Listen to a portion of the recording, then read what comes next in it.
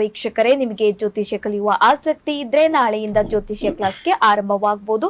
ನಕ್ಷತ್ರ ನಾಡಿ 111ನೇ ಬ್ಯಾಚ್ ಆರಂಭವಾಗ್ತಾ ಇದೆ. ನಾವು ಮದುವೆ ವಿಚಾರವಾಗಿ ಮಾತನಾಡ್ತಾ ಇದ್ವಿ, ಅದನ್ನ ಮುಂದುವರಿಸ್ತಾರೆ ಗುರುಗಳ ಮದುವೆ ವಿಚಾರ ತಿಳಿಸ್ಕೊಡ್ತಾ ಇದ್ರಿ, ಮುಂದುವರ್ಸೋದಾದ್ರೆ. ಹಾಗೆ ಮದುವೆ ವಿಚಾರದಲ್ಲಿ ನಾವು ಜ್ಯೋತಿಷ್ಯದಲ್ಲಿ ಏನು ತುಂಬಾ ಜನ ನೋಡಲ್ಲ ಅಂತಂದ್ರೆ, ಈ ಒಂದು ಮದುವೆ ಆದ ನಂತರ ಸಾಕಷ್ಟು ದಂಪತಿಗಳು ಈ ಲೈಂಗಿಕ ವಿಚಾರದಲ್ಲಿ ಸ್ವಲ್ಪ ಅತೃಪ್ತಿ ಅಥವಾ ಸಮಸ್ಯೆಯನ್ನ ಎದುರಾಗ್ತಾರೆ. ತುಂಬಾ ಜನ ಹೇಳೋ ಪ್ರಕಾರ ಸ್ವಲ್ಪ ಮೆಡಿಕಲ್ ಗೊತ್ತಿರುತ್ತೆ. ಸೊ ಕೆಲವು ಗಂಡಸರಿಗೆ ಸ್ವಲ್ಪ ಈ ಲೈಂಗಿಕ ಆಸಕ್ತಿ ಆಗಲಿ ಒಂದು ಶಕ್ತಿ ಆಗಲಿ ಇರೋದಿಲ್ಲ, ಅದನ್ನ ಮದುವೆಯಲ್ಲಿ ಹೇಳಿರಲ್ಲ. ಅದು ಮದುವೆ ಆದ ಮೇಲೆ ಗೊತ್ತಾಗಿರುತ್ತೆ ಇವರಿಗೆ ಸಮಸ್ಯೆ ಇದೆ ಅಂತ. ಅದರಿಂದನೂ ಕೂಡ ಜ್ಯೋತಿಷ್ಯದಲ್ಲಿ 4ನೇ ಮನೆ, ಹಾಗೆ 12ನೇ ಮನೆ, ಹಾಗೆ 8ನೇ ಮನೆ ಈ ಲೈಂಗಿಕ ಆಸಕ್ತಿಯಲ್ಲಿ ಕಮ್ಮಿ ಮಾಡ್ತಕ್ಕಂಥ ಮನೆಗಳು ದಶಾದಲ್ಲಿ ತೋರಿಸಿರುತ್ತೆ. ಇದನ್ನು ಕೂಡ ಕಂಡಿಡ್ಕೋಬಹುದು.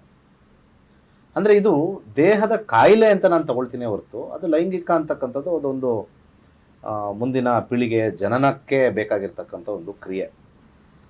ಅಂತ ವಿಚಾರದಲ್ಲಿ ನಾವು ಜಾತಕದಲ್ಲಿ ಈಗ ಯಾವುದೋ ನಾರ್ತಲ್ಲೆಲ್ಲ ಏನೋ ಡಾಕ್ಟರ್ ಹತ್ರ ಹೋಗ್ಬಿಟ್ಟು ಟೆಸ್ಟ್ ಮಾಡ್ಕೊಂಬಂದು ಡಾಕ್ಟರ್ ಸರ್ಟಿಫಿಕೇಟ್ ಕೊಡ್ಬೇಕಂತ ಈಗೇನೋ ನಡೀತಾ ಇದೆ ಇದು. ಯಾಕಂದ್ರೆ ಈ ಥರ ಕೇಸಸ್ಗಳು ತುಂಬಾನೇ ಜಾಸ್ತಿ ಆಗ್ಬಿಟ್ಟಿದೆ. ಈಗ ಇರೋಲ್ಲ ಫುಡ್ಡು, ಲೈಫ್ ಸ್ಟೈಲು ಮತ್ತೆ ವರ್ಕ್ ಎಥಿಕ್ಸ್ ಅಲ್ಲಿ ಸ್ವಲ್ಪ ಲೈಂಗಿಕವಾಗಿ ಅಸಮರ್ಥನೆ ಇರ್ತಕ್ಕಂಥದ್ದು ಸ್ವಲ್ಪ ಹೆಚ್ಚಾಗಿ ಕಂಡು ಬರೋದ್ರಿಂದ ಮದುವೆ ಮಾಡ್ಕೊಳ್ತಕ್ಕಂಥ ಮೂಲ ಉದ್ದೇಶ ಮೊದಲು ಸಂತಾನೋತ್ಪತ್ತಿ, ಹಾಗೆ ಅದರಲ್ಲಿ ಸಂಸಾರ, ಹಾಗೆ ಒಂದು ಬಾಳ್ವೆ. ಮದುವೆ ಆದವರೆಲ್ಲ ಅದನ್ನೆಲ್ಲ ಇಂಪಾರ್ಟೆಂಟ್ ಆಗಿ ನೋಡಬಾರ್ದು ಅಂತಂದ್ರೆ ಮದುವೆ ಆಗದೇನೆ ಇರೋದು ಒಳ್ಳೇದು. ಮದುವೆಯ ಮೊದಲ ಸ್ಟೆಪ್ ಏನಂತಂದ್ರೆ ಗಂಡ ಹೆಂಡತಿ ಅನ್ಯೋನ್ಯತೆ ಮತ್ತೆ ಅವರ ಒಂದು ಪ್ರೀತಿ ಪ್ರಣಯ ಈ ರೀತಿಯಾಗಿರ್ತಕ್ಕಂಥದ್ದು. ಯಾವಾಗ ಫಸ್ಟ್ ಲೆವೆಲಲ್ಲೇ ಬ್ರೇಕ್ ಆಯಿತು ಅಲ್ಲಿ ಮಾನಸಿಕವಾಗಿ ಕುಗ್ತಕ್ಕಂಥ ಒಂದು ವರ್ಗ ತುಂಬಾನೇ ಇರುತ್ತೆ. ಯಾಕಂದ್ರೆ ಅಲ್ಲಿ ಜಾತಕದಲ್ಲಿ ಅವರು ಸಾಫ್ಟ್ ಆಗಿರ್ತಾರೆ. ಜನ ಯಾವ ಥರ ನೋಡ್ತಾರೆ ಅಂತಂದ್ರೆ, ಈ ಜ್ಯೋತಿಷ್ಯದಲ್ಲೂ ಕೂಡ ಕೆಲವರಿಗೆ ಜಾತಕದಲ್ಲಿ ಈ ಥರ ಇದೆ ಅಂತ ಕಂಡಿಡಿಯಕ್ಕಾಗಲ್ಲ, ಬರಲ್ಲ. ಬೇಸಿಕಲಿ ದಶಾಭುಕ್ತಿಗಳು ಬಹಳ ಅನ್ಯೋನ್ಯತೆ ಹೇಳುತ್ತೆ. ಅಲ್ಲಿ 4ನೇ ಮನೆ ಬಂತು ಅಂತಂದ್ರೆ ನಕ್ಷತ್ರದಲ್ಲೋ ಅಥವಾ ಸಬ್ಲಾಡಲ್ಲೋ ಅವನಿಗೆ ಪ್ರೀತಿ ಮಾಡೋದು ಸ್ವಲ್ಪ ಕಷ್ಟ, ಸ್ವಲ್ಪ ನಿರ್ವೀರ್ಯತೆ ಇರುತ್ತೆ, ಅವನಿಗೆ ಲೈಂಗಿಕ ಆಸಕ್ತಿಲಿ ಬಹಳ ಕಮ್ಮಿ ಇರುತ್ತೆ, ಅವನಿಗೆ ಮಕ್ಕಳು ಮಾಡ್ಕೋಬೇಕು ಅನ್ನೋ ಆಸಕ್ತಿ ಬರೋದಿಲ್ಲ. ಅವನು ಮದುವೆಲೇ ಫಸ್ಟೇ ಹೇಳ್ಬಿಟ್ಟಿರ್ತಾನೆ ನನಗೆ ಮಕ್ಕಳು ಲೇಟಾಗಿ ಆಗುತ್ತೆ ಅಂತ ಫಸ್ಟ್ ಹೇಳ್ತಾನೆ, ಮದುವೆ ಆಗಿದ ತಕ್ಷಣ ಮಕ್ಕಳು ಬೇಡ ಅಂತ ಹೇಳ್ತಾನೆ. ಈ ರೀತಿಯಾಗಿರ್ತಕ್ಕಂಥ ಕಾಂಬಿನೇಷನ್ನು ಮೆಡಿಕಲ್ ಟರ್ಮಿನಾಲಜಿಗಿನ ನಮ್ಮ ಜ್ಯೋತಿಷ್ಯ ಟರ್ಮಿನಾಲಜಿಲಿ ಭಾಳ ಈಸಿಯಾಗಿ ಕಂಡುಹಿಡಿಬೋದು. ಸೊ ಈ ರೀತಿಯಾಗಿರ್ತಕ್ಕಂಥ ಕಾಂಬಿನೇಷನ್ನು ಅವರಿಗೆ ಮದುವೆಯಲ್ಲಿ ಸಾಮಾಜಿಕ ಒತ್ತಡ, ಹಾಗೆ ಅವರ ತಂದೆ ತಾಯಿ ಫ್ಯಾಮಿಲಿ ಒತ್ತಡದಿಂದ ಮದುವೆ ಆಗಿರ್ತಾರೆ ಹೊರತು ಮದುವೆಗೆ ಬೇಕಾಗಿರ್ತಕ್ಕಂಥ ಮೂಲಭೂತವಾಗಿರ್ತಕ್ಕಂಥ ಪ್ರೀತಿ ಪ್ರೇಮ ಅವೆಲ್ಲನೂ ಬದಿಗಿಟ್ಟು ಸಮಾಜಕ್ಕೋಸ್ಕರ ಮಾಡ್ಕೊಂಡಿರ್ತಾರೆ. ಕೊನೆಗೆ ಯಾರು ಅಲ್ಲಿ ಸಮಸ್ಯೆ ಆಗಿರುತ್ತೋ ಆ ಹೆಣ್ಣುಮಗಳು ಯಾರು ಸಫರ್ ಆಗ್ತಾರೆ. ಅವ್ರು ಕಾಯ್ತಾರೆ, ನೋಡ್ತಾರೆ, 3 ತಿಂಗಳು ಸರೋಗ್ತಾರೆ. ಆಮೇಲೆ ಅದ್ರ ಜೊತೆಗೆ ಇನ್ನೊಂದೇನು ಅಂತಂತಂದ್ರೆ, ಆ ಹೆಣ್ಣುಮಗಳು ಪಾಪ ಈ ರೀತಿಯಾಗಿರ್ತಕ್ಕಂಥ ಸಮಸ್ಯೆಗೆ ಬನ್ನಿ ಡಾಕ್ಟರ್ ಹತ್ರ ಹೋಗೋಣ, ಇದಕ್ಕೆಲ್ಲ ಟ್ರೀಟ್ಮೆಂಟ್ ಮಾಡ್ಬೋದು ಅಂತ ಹೇಳಿ ಬಹಳ ಪ್ರೀತಿಯಿಂದ ಕರೆದ್ರು ಕೂಡ ಕೆಲವು ತಲೆಕೆಟ್ಟ ಗಂಡಸರು, ಕೆಲವರು ಮತಿಕೆಟ್ಟ ಗಂಡಸರು ಅವರಿಗೆ ಈ ರೀತಿಯಾಗಿರ್ತಕ್ಕಂಥ ಹೆಣ್ಣು ಸಿಕ್ಕಿದೆ, ನನ್ನ ನ್ಯೂನ್ಯತೆನ ಅವಳು ಅರ್ಥ ಮಾಡ್ಕೊಂಡಿದ್ದಾಳೆ, ಪ್ರೀತಿ ಕೊಟ್ಟು ಆಯ್ತು ನಡಿ ಹೋಗೋಣ, ಡಾಕ್ಟರ್ ಹತ್ರ ಹೋಗೋಣ, ಸರಿ ಮಾಡಿಸ್ಕೊಳ್ಳೋಣ ಅನ್ನೋಂಥ ಪರಿಜ್ಞಾನ ಇಲ್ಲದೆ ಇರ್ತಕ್ಕಂಥ ಜಾತಕಗಳು ನನಗೆ ಬೇಕಾದಷ್ಟು ಬಂದಿದ್ದಾವೆ. ತಲೆ ಕೆಟ್ಟಿರುತ್ತೆ, ಮತಿ ಕೆಟ್ಟಿರುತ್ತೆ, ಒಂದು ರೀತಿಯಾಗಿರ್ತಕ್ಕಂಥ ಒಂದು ರೆಸ್ಪಾನ್ಸಿಬಿಲಿಟಿ, ಒಂದು ರೆಸ್ಪೆಕ್ಟು ಮತ್ತು ಒಂದು ಮ್ಯಾನರ್ಸು ಇಲ್ಲದೆ ಇರ್ತಕ್ಕಂಥ ಗಂಡಸರು ಈ ರೀತಿ ಆದಾಗ ಸ್ವಲ್ಪ ವಿಕೃತ ಆಗಿಬಿಟ್ಟಿರ್ತಾರೆ. ಸೊ ವಿಕೃತ ಕೂಡ ನಾವು 4ನೇ ಮನೆ, 8ನೇ ಮನೆ, 12ನೇ ಮನೆಯಿಂದ ನೋಡ್ತೀವಿ. ಯಾರಿಗೆ 4ನೇ ಮನೆ, 8ನೇ ಮನೆ, 12ನೇ ಮನೆ ಬಂದಿರುತ್ತೆ ಪ್ಲಸ್ 6ನೇ ಮನೆ ಬಂದಿರುತ್ತೆ. 6ನೇ ಮನೆ ಸ್ವಲ್ಪ ಫೈಟಿಂಗ್ ಸ್ಪಿರಿಟ್ಸ್ ಬಂದ್ಬಿಡುತ್ತೆ ಜ್ಯೋತಿಷದಲ್ಲಿ. ಸೊ ಅದಕ್ಕೆ ವಿವಾಹದಲ್ಲಿ ಬಹಳಷ್ಟು ಕಾಂಬಿನೇಷನ್ಸ್ ನೋಡಿ ಮದುವೆ ಮಾಡಬೇಕು. ತುಂಬ ಜನ ಏನು ಮಾಡ್ತಾರೆ, ಈ ಗುಣಲಕ್ಷಣಗಳಂತ ಹೇಳ್ಬಿಟ್ಟು ಗುಣಮಿಲನ ಅಂತ ಹೇಳಿ 36ಕ್ಕೆ ಅದು ಬಂದಿದೆಯಾ, ನಾಡಿ ಬಂದಿದೆಯಾ, ಅದು ಬಂದಿದೆಯಾ, ಇದು ಬಂದಿದೆಯಾ ಅಂತ ಹೇಳಿ ಆ ಗಣ ಈ ಗಣ ಅಂತ ಹೇಳಿ ಮಾಡಿರ್ತಕ್ಕಂಥದ್ದು. ಈಗೆಲ್ಲ ಅದೆಲ್ಲ ಕಮ್ಮಿ ಆಗ್ಬಿಟ್ಟಿದೆ. ಈಗ ರಾಕ್ಷಸ ಗಣ ಆ ಗಣ ಎಲ್ಲ ಕಮ್ಮಿ ಆಗ್ಬಿಟ್ಟಿದೆ. ಎಲ್ಲೋ ಒಂದು 10% ಆ ಕಡೆ ಈ ಕಡೆ, ಎಲ್ಲೋ ಒಂದು 10% ಆ ಕಡೆ ಈ ಕಡೆ ಈ ವಿಚಾರದಲ್ಲಿ ಇದ್ದಾರೆ. ಈ ನಕ್ಷತ್ರ ಟು ನಕ್ಷತ್ರ ನೋಡಿ ಹೇಳ್ತಕ್ಕಂಥ ಜ್ಯೋತಿಷ್ಯ ಅಲ್ವೇ ಅಲ್ಲ, ಅರ್ಥ ಮಾಡ್ಕೊಳ್ಳಿ. ತುಂಬ ಜನ ಇದನ್ನ ತಲೆಯಲ್ಲಿ ಇಟ್ಕೋಬೇಕು. ನಕ್ಷತ್ರ ಟು ನಕ್ಷತ್ರ ಮ್ಯಾಚ್ ಮಾಡ್ತಕ್ಕಂಥದ್ದು ಜ್ಯೋತಿಷ್ಯ ಅಲ್ಲ. ದಶಾ ಟು ದಶಾ ಮ್ಯಾಚ್ ಮಾಡಬೇಕು.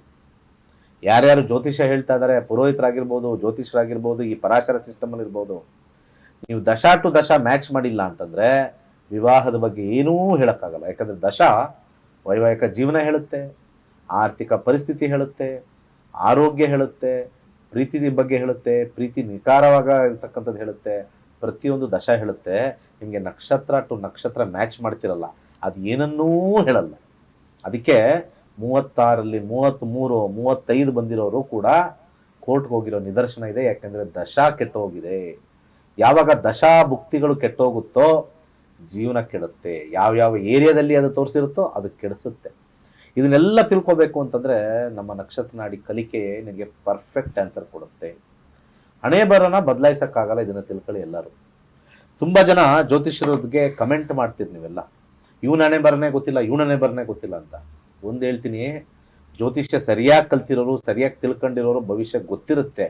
ಆದರೆ ಹೆಡ್ಲೈನ್ಸ್ ಏನಿದೆ ಗೊತ್ತಾ, ಬದಲಾಯಿಸಕ್ಕಾಗಲ್ಲ ಅಂತ. ಸೊ ಬದಲಾಯಿಸಕ್ಕಾಗಲ್ಲ ಅಂತಂದ್ರೆ ಏನಕ್ಕೆ ಜ್ಯೋತಿಷ್ಯ ಕಲಿಬೇಕು ಅಂತಂದ್ರೆ ಮನ್ಸಲ್ಲಿರ್ತಕ್ಕಂಥ ಭಯ ಹೋಗ್ಲಾಡ್ಸಕ್ಕೆ. ನಾನು ಬಿಸ್ನೆಸ್ ಮಾಡ್ತೀನಿ ಅನ್ನೋ ವಿಚಾರದಲ್ಲಿ ಹೋಗಿ ಒಂದು 10 ಲಕ್ಷ ಹಾಕಿ ಬಿಸ್ನೆಸ್ ಮಾಡಿ ಕೈಗೆ ಚಿಪ್ಪು ಬಂದು ಈ ಕಡೆ ಕೆಲಸನೂ ಇಲ್ಲ, ಆ ಕಡೆ ಬಿಸ್ನೆಸ್ಸು ಇಲ್ಲ ಅಂದಾಗ ಮೊದಲೇ ಆ ಟೈಮಲ್ಲಿ ಬರೋ ಭಯ, ಫಸ್ಟೇ ಜ್ಯೋತಿಷ್ಯ ನೋಡಿಕೊಂಡು ನನ್ನ ಜಾತಕದಲ್ಲಿ ಒಂದು ಬಿಸ್ನೆಸ್ ಯೋಗ ಇಲ್ಲ ಅಂತ ಹೇಳಿ ತಿಳ್ಕೊಳ್ಳೋಕ್ಕೆ ಕಲಿಬೇಕು. ಹಣೆ ಬರನ ಬದಲಾಯಿಸಕ್ಕಾಗಲ್ಲ ಅಂತ ಹೇಳ್ತಾ ಇರ್ತಕ್ಕಂಥ ಮೂಲ ಉದ್ದೇಶ ನೀವು ಅರ್ಥಕೊಂಡ್ರೆ ಮಾತ್ರನೇ ಇದು ಗೊತ್ತಾಗುತ್ತೆ. ಅದು ಬಿಟ್ರೆ ಜ್ಯೋತಿಷಿಗಳಿಗೆ ಅವ್ನ ಜೀವನ ಅವನಿಗೆ ಗೊತ್ತಿಲ್ವಾ, ಅವನ ಲೈಫ್ ಅವನಿಗೆ ಗೊತ್ತಿಲ್ವಾ, ಎಲ್ಲರ ಲೈಫಲ್ಲೂ ಪ್ರಾಬ್ಲಮ್ ಬರುತ್ತೆ. ನೀವು ಹೇಳೋದು ಹೆಂಗೆ ಅಂದರೆ, ಪಬ್ಲಿಕ್ ನೀವೆಲ್ಲ ಕಮೆಂಟ್ಗಳಾಗ್ತಿರಲ್ಲ, ನೀವು ಹೇಳೋದು ಹೆಂಗೆ ಅಂದರೆ ಡಾಕ್ಟರ್ ಓದಿದ ತಕ್ಷಣ ಅವನಿಗೆ ಕ್ಯಾನ್ಸರ್ ಬರಬಾರ್ದು ಅನ್ನೋ ಮನಸ್ಥಿತಿ ಅವ್ರು. ನೀವು ಡಾಕ್ಟರ್ ಆಗಿದ ತಕ್ಷಣ ಅವನಿಗೆ ಏಡ್ಸ್ ಬರಬಾರ್ದು ಅನ್ನೋ ಮನಸ್ಥಿತಿ ಅವ್ರು ನಿಮ್ದೆಲ್ಲ. ಈ ರೀತಿಯ ಮನಸ್ಥಿತಿನ ಯಾರಿಗೆ ಬರುತ್ತೆ ಅಂತಂದರೆ, ಕೆಲವರು ಜೀವನದಲ್ಲಿ ಉದ್ಧಾರ ಆಗದೇ ಇರೋರು, ಅಲ್ಪವಾಗಿ ಆಲೋಚನೆ ಮಾಡೋರಿಗೆ ಈ ರೀತಿ ಆಲೋಚನೆ ಬರುತ್ತೆ. ಜೀವನದ ಕಷ್ಟ ನಷ್ಟಗಳೆಲ್ಲ ನೋಡಿರೋರು ಯಾವುದ್ರ ಬಗ್ಗೆ ತಲೆ ಕೆಡಿಸ್ಕೊಳ್ಳಲ್ಲ. ಅವ್ನು ಹೇಳ್ತಾರದು ಸರಿ, ಹಣೆ ಬರಹನ ಬದಲಾಯಿಸಕ್ಕಾಗಲ್ಲ, ಆದರೆ ಹಣೆ ಬರಲಿ ಏನಿದೆ ಅಂತ ನೋಡ್ಕೊಳ್ತಕ್ಕಂಥದ್ದು ಜ್ಯೋತಿಷ್ಯ ಹೊರತು ಹಣೆ ಬರಹನ ಬದಲಾಯಿಸ್ತಕ್ಕಂಥ ಒಂದು ವಿಚಾರ ಜ್ಯೋತಿಷ್ಯ ಅಲ್ವೇ ಅಲ್ಲ. ನಿಮ್ಗೆ ಯಾರಾದ್ರೂ ನಾವು ಹಣೆ ಬರಹನ ಬದಲಾಯಿಸ್ತಿದೀವಿ ಅಂತಂದ್ರೆ ಅವ್ನಿಗೋಗಿ ಏನಾದ್ರು ಒಂದು ಧರ್ಮದೇಟ್ ಹಾಕ್ಬಿಟ್ಟು ಬನ್ನಿ. ಧರ್ಮದೇಟ್ ಹಾಕ್ತಿರೋ ಇನ್ನೊಂದು ಏನಾರು ಎತ್ಕೊಂಡಾಗ ಹಾಕ್ತಿರೋ ಹಾಕ್ಬಿಟ್ಟು ಬನ್ನಿ. ಯಾವ ಜೀವನವನ್ನು ಬದಲಾಯಿಸಕ್ಕಾಗಲ್ಲ. ದೇವರಿಟ್ಕೊಂಡು ದೇವರ ಹೆಸರಲ್ಲಿ ದೊಂಬರಾಟ ಆಗ್ತಕ್ಕಂಥದ್ದು, ಡ್ರೆಸ್ಗಳು ಹಾಕ್ಕೊಂಡು, ವಿಭೂತಿಗಳು ಹಾಕ್ಕೊಂಡು, ನಾಮಗಳು ಹಾಕ್ಕೊಂಡು, ಕಣ್ಣೂರ್ಗೂ ಹಾಕ್ಕೊಂಡು, ಮೂತಿಯವ್ರಿಗೂ ಹಾಕೊಂಡು, ಕೆಲವು ಕಣ್ಣೇ ಮುಚ್ಕೊಂಡು ಹಾಕ್ಕೊಂಡು ಏನು ಸಾಧನೆ ಮಾಡೋಕ್ಕಾಗ್ತಾ ಇಲ್ಲ ಅವ್ರ ಕೈಲಿ. ಸುಮ್ಮನೆ ತಾತ್ಕಾಲಿಕವಾಗಿರ್ತಕ್ಕಂಥ ಒಂದು ಸಣ್ಣ ಪರಿಹಾರ, ಮನಸ್ಸಿಗೆ ಪರಿಹಾರ ಕೊಡ್ತಾ ಇದ್ದಾರೆ ಹೊರತು ಪ್ರಾಬ್ಲಮ್ಗೆ ಪರಿಹಾರ ಯಾರು ಕೊಡೋಕ್ಕಾಗಲ್ಲ.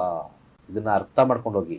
ಆ ಮನಸ್ಸಿಗೆ ಪರಿಹಾರ ಕೊಡೋಕ್ಕೆ ಲಕ್ಷಾಂತರ ರೂಪಾಯಿ ಕೊಟ್ರೆ ನಿಮ್ಮಂತ ಮುಟ್ಟಾಳ್ರು ಈ ಹಿಂದೂ ಧರ್ಮದಲ್ಲಿ ಇರೋದು ಬೇಕಾಗೇ ಇಲ್ಲ. ನಾನು ಹೇಳ್ತಾ ಇದ್ದೀನಲ್ಲ, ಜ್ಯೋತಿಷ್ಯದಲ್ಲಿ 2 ಲಕ್ಷ ಪೂಜೆ, 3 ಲಕ್ಷ ಪೂಜೆ, 50,000 ಪೂಜೆ, 30,000 ಪೂಜೆನೂ ವೇಸ್ಟೆ. 6,999 ರೂಪಾಯಿ ನಿಮ್ಮ ಹಣೆ ಬರದಲ್ಲಿ ಏನಿದೆ ಅಂತ ತಿಳ್ಕೊಳ್ಳೋಕ್ಕೆ ಬಂದ್ಬಿಡಿ.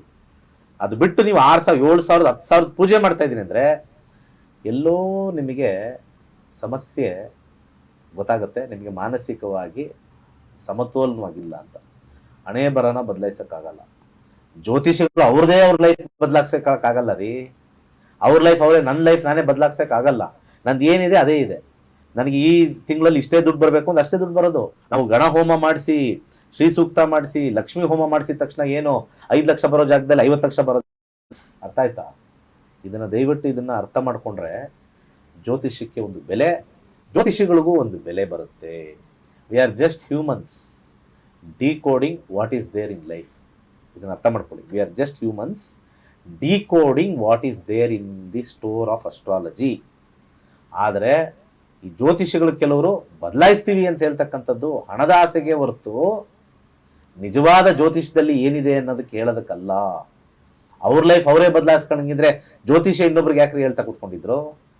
ಜಾತಕಗಳಲ್ಲಿ ಪೂಜೆ ಮಾಡಿ, ಹೋಮ ಮಾಡಿ MLA ಆಗ್ತಾ ಇದ್ರು, ಕೋಟಿಗಟ್ಟಲೆ ದುಡಿತಾ ಇದ್ರು. ಒಂದು MLC ಆಗ್ತಾ ಇದ್ರು, ಒಂದು ಕಾರ್ಪೊರೇಟರ್ ಆಗ್ತಾ ಇದ್ರು. ಅವ್ರಿಗೆಲ್ಲ ಅಷ್ಟು ಶಕ್ತಿ ಇದೆ. ಹೋಮ ಮಾಡಿದ ತಕ್ಷಣ, ಪೂಜೆ ಮಾಡಿದ ತಕ್ಷಣ ಅದು ಇದು ಅಂತೆಲ್ಲ ಕೋರ್ಟ್ ಕೇಸ್ ಅಂತ ಹೇಳ್ಬಿಡ್ತಾರೆ. ಕೋರ್ಟ್ ಕೇಸ್ ಹೋಗ್ಬಿಡುತ್ತೆ, ಈ ಪೂಜೆ ಮಾಡಿದ್ರೆ ಆ ಪೂಜೆ ಮಾಡಿದ್ರೆ ಯಾರ್ದು ಹೋಗಿಲ್ಲ. ಮನಸ್ಸಿಗೆ ನೆಮ್ಮದಿ ಸ್ವಲ್ಪ ದಿವಸ ಸಿಗಲಿ ಅಂತ ಶಾಸ್ತ್ರದಲ್ಲಿ ಪೂಜೆ ಪುನಸ್ಕಾರಗಳು ಹೇಳಿದ್ದಾರೆ. ಕರ್ಮ ಬದಲಾಯಿಸಕ್ಕಲ್ಲ, ನೆಮ್ಮದಿ ಮತ್ತೆ ಕಾನ್ಫಿಡೆನ್ಸಿಗೆ. ಅರ್ಥ ಮಾಡ್ಕೊಳ್ಳಿ. ಒಬ್ರು ಕೋರ್ಟ್ಗೆ ಹೋಗಿದ್ದಾರೆ ಅಂತಂದ್ರೆ, ಕೋರ್ಟಲ್ಲಿ ಜಗಳ ಆಡ್ತಾ ಇದಾರೆ ಅಂದ್ರೆ ಜಾತಕದಲ್ಲಿ ವಿನ್ನಿಂಗ್ ಕಾಂಬಿನೇಷನ್ ವಿನ್ನಿಂಗ್ ಬರುತ್ತೆ, ಇಲ್ಲ ಅಂದ್ರೆ ಬರೋದಿಲ್ಲ. ಅದು ಬರ್ದಿಟ್ಟಿದೆ. ಅದು ಬರ್ದಿಟ್ಟಿರ್ತಕ್ಕಂಥದ್ದು ಏನ್ ಚೇಂಜ್ ಮಾಡ್ತೀರಾ ನೀವು? ಜ್ಯೋತಿಷಿ ಕಲ್ತಿದ ತಕ್ಷಣನೇ ನಾವು ಏನು ಹಣೆ ಬರೋನ ಬದಲಾಯಿಸ್ಕೊಳ್ಳಕ್ಕೆ ನಾವೇನು ಬ್ರಹ್ಮನ? ಇದನ್ನೆಲ್ಲ ಅರ್ಥ ಮಾಡ್ಕೊಂಡಿಲ್ಲ ಜನಗಳು. ಯಾರ ಜೀವನನೂ, ಜ್ಯೋತಿಷ ಜೀವನನೂ ಬದಲಾಯಿಸಕ್ಕಾಗಲ್ಲ, ನಿಮ್ ಜೀವನ ಬದಲಾಯಿಸಕ್ಕಲ್ಲ. ನಿಮ್ಮ ಜೀವನ ಹೇಗಿದೆ ಅಂತ ತಿಳಿಸ್ಕೊಟ್ಟು, ನಿಮಗೆ ಜೀವನದಲ್ಲಿ ಕಾನ್ಫಿಡೆನ್ಸ್ ಕೊಟ್ಟು, ಜೀವನದಲ್ಲಿ ಮುನ್ನುಗ್ಗಿ ಧೈರ್ಯ ಇದ್ದಿದ್ದೆ ಅಂತ ಹೆಂಗೆ ಹೇಳ್ತಾರೋ ತೋರಿಸ್ಕೊಟ್ಟು ಮುಂದೆ ಹೋಗ್ತಕ್ಕಂಥದ್ದೇ ಜ್ಯೋತಿಷ್ಯ ಹೊರತು, ಜ್ಯೋತಿಷ್ಯದಿಂದ ನೀವು ಬದಲಾಗ್ತೀರಾ, ಜ್ಯೋತಿಷ್ಯ ಹೀಗಾಗತ್ತೆ ಅಂತ ಹೇಳಿ ಈ ಪಂಚೆದಾರಿಗಳು, ಈ ಅದು ಡ್ರೆಸ್ಗಳು ಹಾಕೊಂಡಿರ್ತಕ್ಕಂಥವ್ರ ಹತ್ರ ಹೋದ್ರೆ ಉಂಡೆ ನಾಮನೂ ಹಾಕ್ತಾರೆ, ಕೈಗೆ ಚೊಂಬು ಕೊಡ್ತಾರೆ, ಆಮೇಲೆ ಅವ್ರನ್ನೇ ಬೈಕತ್ತಿರೋದು. ಇಷ್ಟೇ ಆಗೋದು. ಸೊ ಆ ಕಾರಣದಿಂದ ನಾನು ಸಜೆಸ್ಟ್ ಮಾಡೋದು ನಿಮಗೆ, ಬನ್ನಿ ಜ್ಯೋತಿಷ್ಯ ಕಲೀರಿ, ನಿಮ್ಮ ಜೀವನ ನೋಡ್ಕೊಳ್ಳಿ. ಯಾವಂದಾದ್ರೇನು, ಆ ಜ್ಯೋತಿಷ್ಯದ ಜೀವನ ಆದ್ರೇನು, ಡಾಕ್ಟರ್ ಜೀವನ ಆದ್ರೇನು, ಇಂಜಿನಿಯರ್ ಜೀವನ ಆದ್ರೆ, ನಿಮ್ಮ ಪಕ್ಕದ ಮನೆ ಜೀವನ ಆದ್ರೆ ನಿಮಗೇನಾಗಬೇಕು? ನಿಮ್ಮ ಜೀವನ ಚೆನ್ನಾಗಿದೆಯಾ? ನಾನು ನಿಮ್ದು. ಯಾಕಂದ್ರೆ ಒಂದು ವಿಚಾರ, ಇವತ್ತು ಇದ್ದು ನಾಳೆ ಹೋಗೋ ದೇಹಕ್ಕೆ ಜಾಸ್ತಿ ಯೋಚನೆ ಮಾಡಬಾರ್ದು. ಅವರವರ ಬುದ್ಧಿ ಅವರವರ ಕರ್ಮ, ಅವರವರ ಬುದ್ಧಿ ಅವರವರ ಜೀವನ. ಅವರ ಬುದ್ಧಿ ನೋಡ್ಕೊಂಡು ನಿಮ್ಮ ಬುದ್ಧಿ ಬಗ್ಗೆ ನೋಡ್ಕೊಳ್ಳಿ ಫಸ್ಟ್, ಅವರ ಬುದ್ಧಿ ಆಮೇಲೆ ನೋಡೋಣ. ಅವ್ರ ಭಗವಂತ ಇದನ್ನು ನೋಡ್ಕೊಳಕ್ಕೆ. ಇಷ್ಟು ಹೇಳ್ತಾ ಕ್ಲಾಸಿಗೆ ಬಂದು ಒಂದು ವಿಚಾರ, ಒಂದು ವಿಜ್ಞಾನ, ಒಂದು ಕಲಿಕೆ ನಿಮಗೆ ಕೊಡ್ತಾ ಇದ್ದೀನಿ. ಅಷ್ಟು ಮಾತ್ರ ನೀವು ತಗೊಳ್ಳಿ. ಇನ್ನೊಬ್ಬರ ಜೀವನ ಹೇಗಿರುತ್ತೆ ಅದೆಲ್ಲ ಬೇಡ. ನಿಮ್ಮ ಜೀವನ ಹೆಂಗಿದೆ ನೋಡ್ಕೊಂಡು ಮುಂದೊಂದು ಆರೋಗ್ಯವಾಗಿರಿ. ಅದೇ ಮೂಲ. ಜ್ಯೋತಿಷ್ಯದ ಮೂಲ ಆರೋಗ್ಯ, ನೆಮ್ಮದಿ. ಸೊ ಆ ನೆಮ್ಮದಿ ಬರಬೇಕು. ಆಗ್ತಾ ಇಲ್ಲ, ಮಂತ್ರಗಳು ಹೇಳ್ಕೊಳ್ಳಿ, ದಾನಗಳು ಮಾಡ್ಕೊಳ್ಳಿ ಅಂದ್ರೆ ನೆಮ್ಮದಿ ಬರುತ್ತೆ ಹೊರತು ಇಮಿಡಿಯೇಟ್ ಆಗಿ ಸಕ್ಸಸ್ ಬಂದ್ಬಿಡುತ್ತೆ ಅಂತ ಹೇಳಕ್ಕಾಗಲ್ಲ. ಸಕ್ಸಸ್ ಟೈಮ್ನ ತೋರಿಸೋವರೆಗೂ ಕಾದು ಟೈಮ್ ಪಾಸ್ ಮಾಡೋದೇ ಜ್ಯೋತಿಷ್ಯ. ಸಕ್ಸಸ್ ಬರೋವರೆಗೂ ಕಾದು ಆರಾಮಾಗಿ ಟೈಮ್ ಪಾಸ್ ಮಾಡೋಣ, ಟೆನ್ಷನ್ ಮಾಡ್ಕೊಳ್ಬಾರ್ದು ಅಂತ ಹೇಳದೆ ಜ್ಯೋತಿಷ್ಯ. ಇಷ್ಟು ಹೇಳ್ತಾ ಮುಗಿಸ್ತಾ ಇದ್ದೀನಿ ನಮ್ಮ. ಎಸ್ ವೀಕ್ಷಕರೇ, ನೋಡಿದ್ರಲ್ಲ, ಜ್ಯೋತಿಷ್ಯ ಯಾಕೆ ಕಲಿಬೇಕು? ಫಸ್ಟ್ ನೀವು ಮೂಲ ಕಾರಣವನ್ನು ಅರ್ಥ ಮಾಡ್ಕೊಬೇಕು. ಜ್ಯೋತಿಷ್ಯ ಕಲಿತ ತಕ್ಷಣ ನಮ್ಮ ಹಣೆ ಬರ ಬದಲಾಗುತ್ತೆ ಅನ್ನೋದು ಅಲ್ಲ. ಅದು ನಾವು ಆ ವಿಚಾರವನ್ನು ಗುರುಜಿಯವರು ಬಹಳ ಚೆನ್ನಾಗಿ ತಿಳಿಸ್ಕೊಟ್ರು ಅಂತ ಹೇಳ್ತಾ, ಇನ್ನು ನಿಮಗೆ ಜ್ಯೋತಿಷ್ಯ ಕಲಿಯುವ ಆಸಕ್ತಿ ಇದ್ರೆ ನಾಳೆಯಿಂದ 111ನೇ ಬ್ಯಾಚ್ ಆರಂಭವಾಗ್ತಾ ಇದೆ. ಇನ್ನು ಗುರುಗಳ ನೇತೃತ್ವದಲ್ಲಿ 65,000ಕ್ಕೂ ವಿದ್ಯಾರ್ಥಿಗಳು ಜ್ಯೋತಿಷ್ಯ ಕಲಿತಿದ್ದಾರೆ. ಜ್ಯೋತಿಷ್ಯ ಕಲಿಯೋದ್ರಿಂದ ಏನೆಲ್ಲ ಉಪಯೋಗಗಳಿದೆ ಅವ್ರು ಹೇಳ್ತಾ ಇದ್ರು. ಜ್ಞಾನ, ವಿಜ್ಞಾನ, ಕಲಿಕೆ ಬೇಕು ಅಂದ್ರೆ ನೀವು ಜ್ಯೋತಿಷ್ಯ ಕಲಿಬೇಕು. ಅದು ನಕ್ಷತ್ರ ನಾಡಿಯಲ್ಲಿ ಮಾತ್ರ ನಿಮಗೆ ಸಿಗುತ್ತಾ ಅಂತ ಹೇಳ್ತಾ, ಇವತ್ತಿನ ಸಂಚಿಕೆಯಲ್ಲಿ ಗುರುಗಳು ಜ್ಯೋತಿಷ್ಯದ ಬಗ್ಗೆ ಬಹಳ ಮಾಹಿತಿ ನೀಡಿದ್ರೆ. ಗುರುಗಳೇ, ನಿಮಗೆ ಆದರದ ಧನ್ಯವಾದಗಳು. ಸರ್ವೇ ಜನ ಸುಖಿನೋ ಭವಂತು. ಇದಾಗಿತ್ತು ಈ ಹೊತ್ತಿನ ವಿಶೇಷ. ನೋಡ್ತಾ ಇರಿ ಜನತಾ ಟಿವಿ, ಸದಾ ಜನಪರ.